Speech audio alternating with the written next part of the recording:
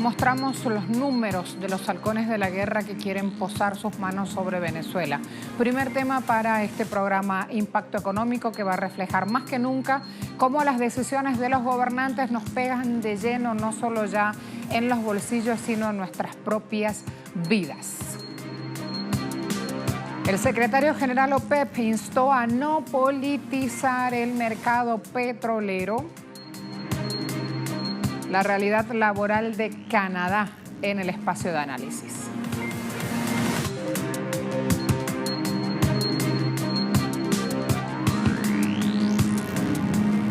Nos metemos de lleno en las noticias económicas. Varias fuentes en Estados Unidos le han dicho a agencias de prensa como Reuters que Eric Prince, dueño de la empresa de seguridad privada Blackwater y gran admirador del presidente Donald Trump, está buscando apoyo para armar un ejército de mercenarios que ayuden a derrocar al gobierno del presidente Nicolás Maduro en Venezuela. En los últimos meses, señalan medios estadounidenses, Prince ha buscado inversión y apoyo político. El plan del dueño de Blackwater es reclutar a 5.000 mercenarios, soldados a sueldo, para que se unan en un ejército que derroque al gobierno del presidente Nicolás Maduro. Según la agencia de noticias Reuters, Prince no solo ha buscado apoyo en Estados Unidos, sino que también ha viajado a Europa en busca de respaldo, que hasta el momento no ha logrado. El modus operandi de Blackwater es propiciar el uso de contratistas militares que permitiría al presidente Donald Trump mantener su promesa de campaña de poner fin a las guerras para siempre, según él, y seguir dejando algo de protección en países devastados por la bota imperial. Caso Siria, imagínense a lo que le llaman dejar protección. Reuters afirmó que Prince busca una inversión de $40 millones y soldados dispuestos en Colombia, Ecuador y Perú, pues serían más aceptables, así lo ha mostrado y lo ha declarado, que los propios contratistas de origen estadounidense, de nacionalidad estadounidense. ¿Qué es esta empresa? Blackwater. Esta es una empresa de seguridad privada, es la más grande del mundo. Se fundó en el 97 por Eric Prince y Al Clark con apoyo de la Casa Blanca. Surgió hace más de 2 décadas como una multinacional militar encargada de proveer servicios en las guerras de Afganistán e Irak, pero pronto comenzó a ser señalada por crímenes en Oriente Medio. En Estados Unidos, de hecho, tiene procesos abiertos por corrupción por contratos otorgados por el Pentágono y el Departamento de Estado, según artículos de la prensa estadounidense. Tuvo su época de oro durante el gobierno de George Bush, del 2001 al 2009. Hoy compite con otros contratistas más pequeños que prestan sus servicios mercenarios de seguridad a gobiernos, ONG, empresas mineras, energéticas y de transporte.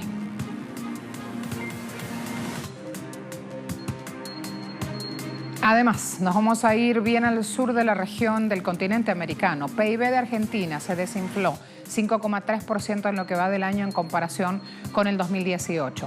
Con estos datos, la economía lleva 10 meses consecutivos en baja. Son datos oficiales que brindó el INDEC. Confirman que se acelera esta caída. La actividad económica descendiendo 5,3% durante el primer bimestre.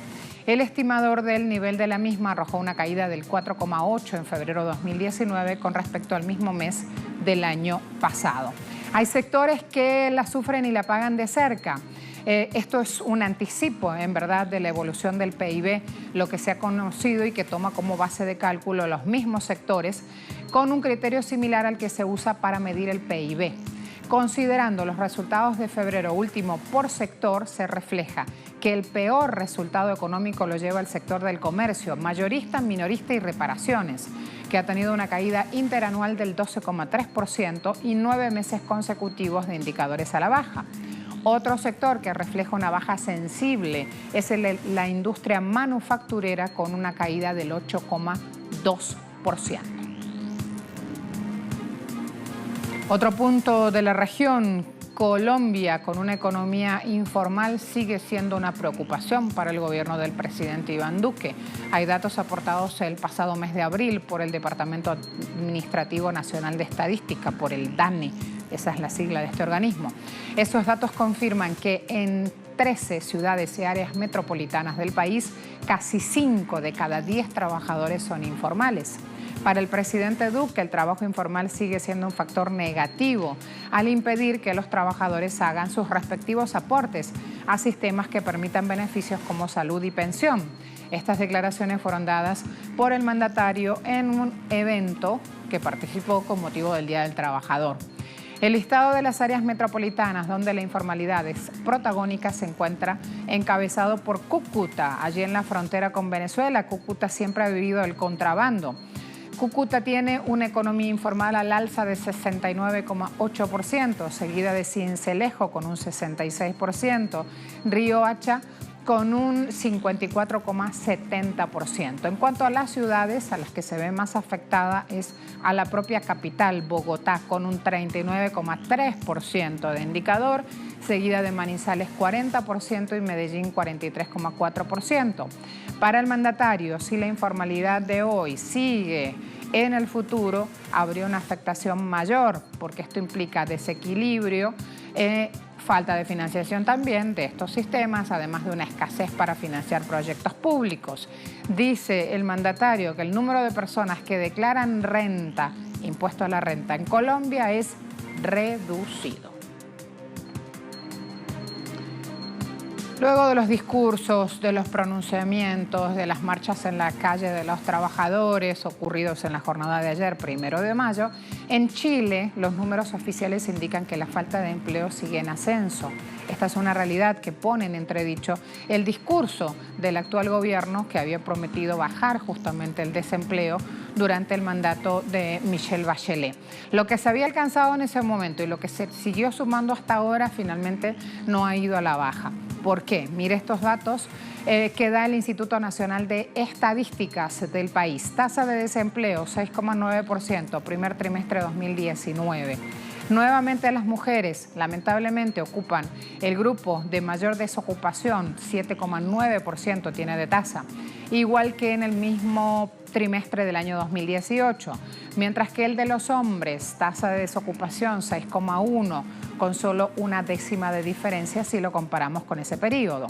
Por sectores, los datos arrojan resultados contrastantes. Aumentó el nivel de ocupación en la salud, 8,2%, enseñanza 4,6%, actividades, servicios 8,9%. Todo lo que implica el más adelante implica aumento. Comercio, agricultura y pesca tuvieron un retroceso y en especial las comunicaciones con una caída del 8,2%.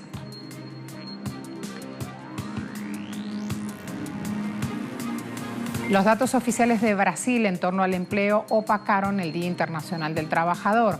Según el Instituto de Geografía y Estadística, la tasa de desempleo subió, escaló al 12,7% en los 3 primeros meses del año, frente al 12,4% del trimestre anterior. Con el índice, el número de personas en paro aumentó a 13,4 millones.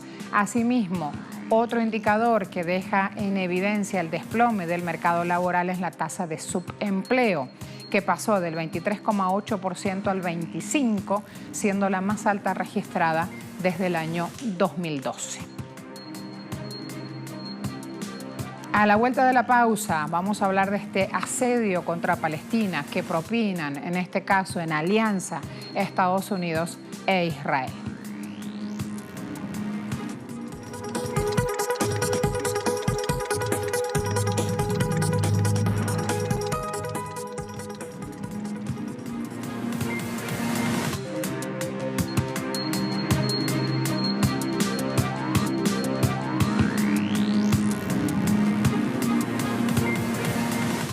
Israel y Estados Unidos presionan a la autoridad palestina en un intento que hace la Casa Blanca por llevarlos a un plan propio que beneficie a Israel.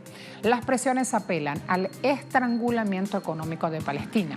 Corría el mes de febrero cuando la Agencia de Estados Unidos para el Desarrollo Internacional anunciaba que había cesado toda asistencia a Cisjordania y Gaza.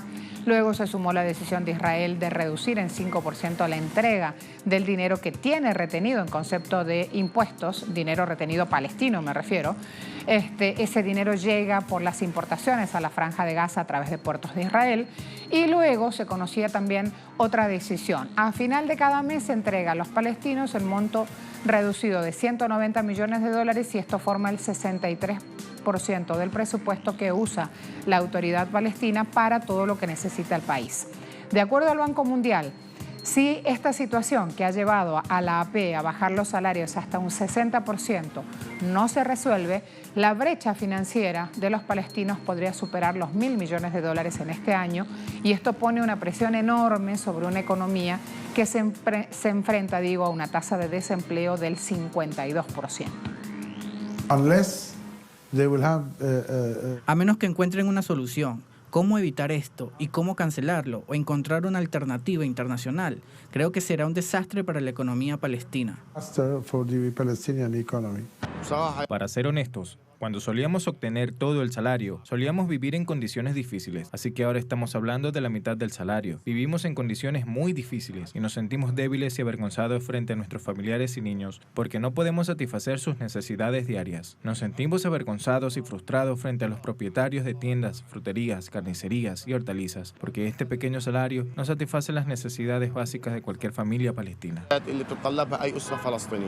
Mientras múltiples organismos y ciudadanos en todo el mundo ignoran el sufrimiento que está pasando el pueblo palestino a raíz justamente de esta decisión de Estados Unidos y de Israel de ahogarlos económicamente, cuando pasó el incendio en Notre Dame, ahí se conocieron múltiples ONGs y filántropos de todo el mundo que han decidido, y lo han hecho ya, ni siquiera en Haití se dio con esta celeridad. Ya hay fondos depositados para levantar, para reconstruir Notre Dame. Francia está acelerando sus esfuerzos para levantar justamente esta infraestructura dañada, y en ese proceso juegan un papel crucial aprendices de carpinteros que se están capacitando para esto. El incendio a esta icónica catedral dejó al descubierto muchos elementos. Primero, la falta de inversión por parte del gobierno francés y de corporaciones financieras para preservar el patrimonio histórico. Ahora, en medio de planes de reconstrucción, también aparece la revelación de que falta mano de obra, lo que podría ralentizar la construcción. El gobierno de Emmanuel Macron aún no responde a estas afirmaciones. Es importante capacitar a estos jóvenes en este tipo de trabajo. Lo enseñamos, pero es el tipo de conocimiento que termina perdiéndose, por lo que se debe actualizar periódicamente.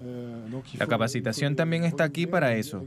El Centro de Capacitación de Aprendices, los compañeros de trabajo, todos ellos son responsables de capacitar a otros jóvenes para construir edificios de tal alcance. El sueño, no lo sé, pero sí.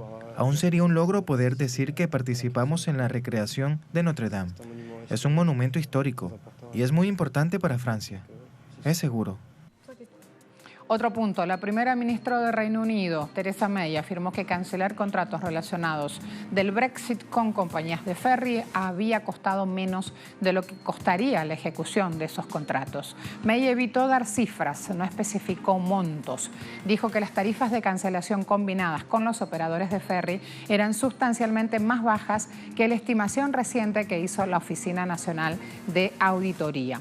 Los transbordadores formaron parte de la planificación del gobierno para un Brexit sin acuerdo en caso de que el Reino Unido abandonara la Unión Europea sin un acuerdo sobre términos de divorcio y futuros vínculos. Pero los contratos fueron objeto de críticas a principios de este año, cuando se supo que una empresa involucrada ni siquiera tenía barcos ni experiencia en el manejo de un servicio de ferry.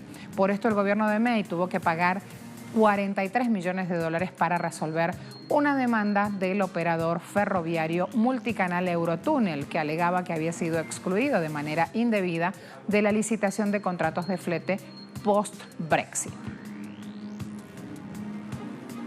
Van apareciendo todos los negociados, los pasados y los negociandos a futuro, justamente a raíz de esta coyuntura que está viviendo Reino Unido. A la vuelta, Canadá y su panorama laboral. Ya lo analizamos.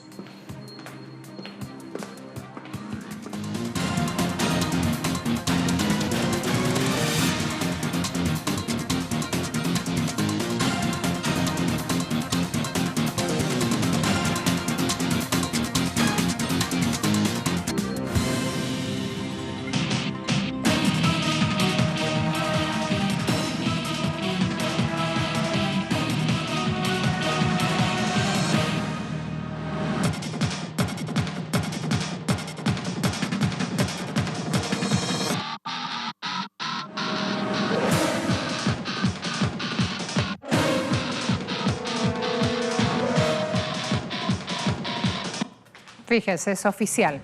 Canadá necesita más trabajadores para alimentar una economía que está en plena forma, que acumula 8 años seguidos de crecimiento y que debería cerrar el ejercicio en curso con un alza superior al 2%.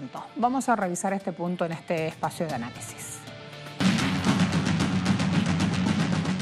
La economía de Canadá logró un crecimiento de 3% en 2017 según Statistics Canada, tras marcar un crecimiento de solo 1,5% en 2016. Así, Canadá se convierte en la economía con mayor crecimiento del G7. Algunos atribuyen dicho crecimiento a las inversiones en stock y negocios y al aumento de las exportaciones. El mayor aporte en 2017 ha sido el de las industrias productoras de bienes, principalmente por la extracción de recursos naturales, que crecieron 7,8%, mientras que las industrias de servicios crecieron 2,8%. En 2018, el presupuesto federal prevé un crecimiento real del PIB de 2,2% y de 1,6% en 2019. El coeficiente de la deuda con respecto al PIB de Canadá es de los más bajos de los países desarrollados, con 30,5% en 2017. El gobierno prevé que disminuirá progresivamente en los años venideros, estabilizándose en 28,5% en un plazo de 5 años.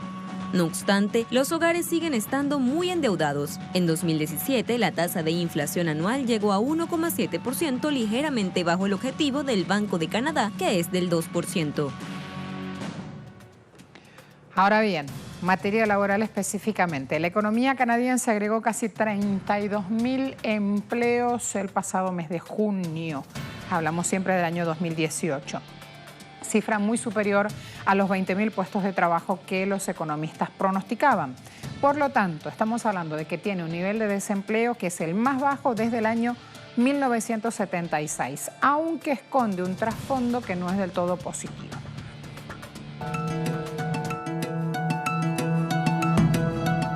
La economía canadiense acumula 8 años seguidos de crecimiento, generando 219.000 puestos de trabajo en el último año, un 1,2% más que en los 12 meses anteriores. Sin embargo, esto ha llevado a que la población laboralmente activa del país no sea suficiente para cubrir la demanda de trabajadores en varios sectores de la economía, especialmente en las pequeñas y medianas empresas. Según un reciente informe del Banco de Desarrollo de Negocios de Canadá, casi 4 de cada 10 pymes canadienses tienen problemas para contratar los trabajadores que requieren. Mientras tanto, datos de la Federación de Negocios Independientes de Canadá afirman que la escasez de la fuerza laboral ha ido en aumento exponencialmente. Unos 430.000 empleos de pequeñas y medianas empresas no se han podido ocupar debido a la falta de candidatos en los últimos 4 meses. Quebec es una de las provincias que más está sufriendo la escasez de mano de obra. De las 430.000 vacantes en todo Canadá, casi 118.000 están allí. El informe de la Federación de Negocios Independientes de Canadá también revela que en el último año las vacantes sin cubrir han pasado del 2,9% al 3,3%,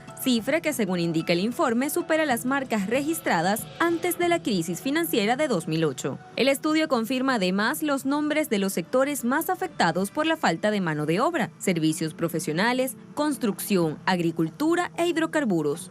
Ha aumentado la dificultad para conseguir conductores de camiones de carga y operarios de instalaciones eléctricas, así como jornaleros para los cultivos, pese a que el sueldo medio por hora en los nichos de empleos con vacantes ronda los $21 canadienses, es decir, $15,7 estadounidenses. Esto según cifras oficiales, valores notablemente superiores a los salarios mínimos en las principales provincias del país. Hay voces que aseguran que el incremento de la escasez de mano de obra también responde al envejecimiento de la población canadiense.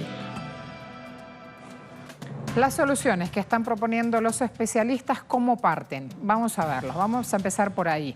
Llevar mano de obra a Canadá implica mejorar incentivos salariales, pero algo fundamental, abrir espacios también a la mano de obra laboral que aportan los inmigrantes.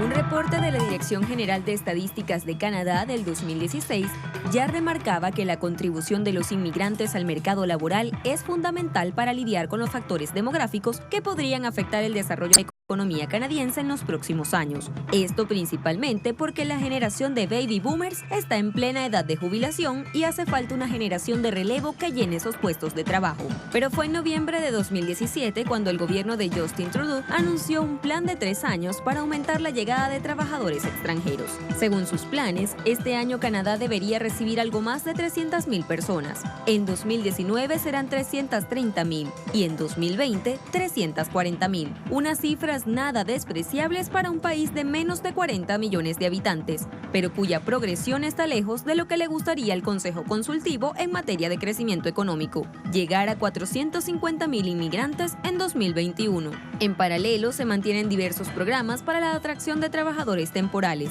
En 2017, el país norteamericano emitió 286,000 visas de este tipo y la tendencia, aseguran, va a más. La escasa flexibilidad, añaden tanto las cámaras industriales y comerciales como los analistas de mercado de trabajo canadiense, es el gran pero. El aumento de las cuotas migratorias, dicen, es una buena señal, pero debe acompañarse de otras políticas, como atraer a más inmigrantes fuera de los grandes centros urbanos para fomentar el desarrollo del campo. También inciden en la necesidad de cambiar los criterios de selección de los perfiles de trabajadores extranjeros.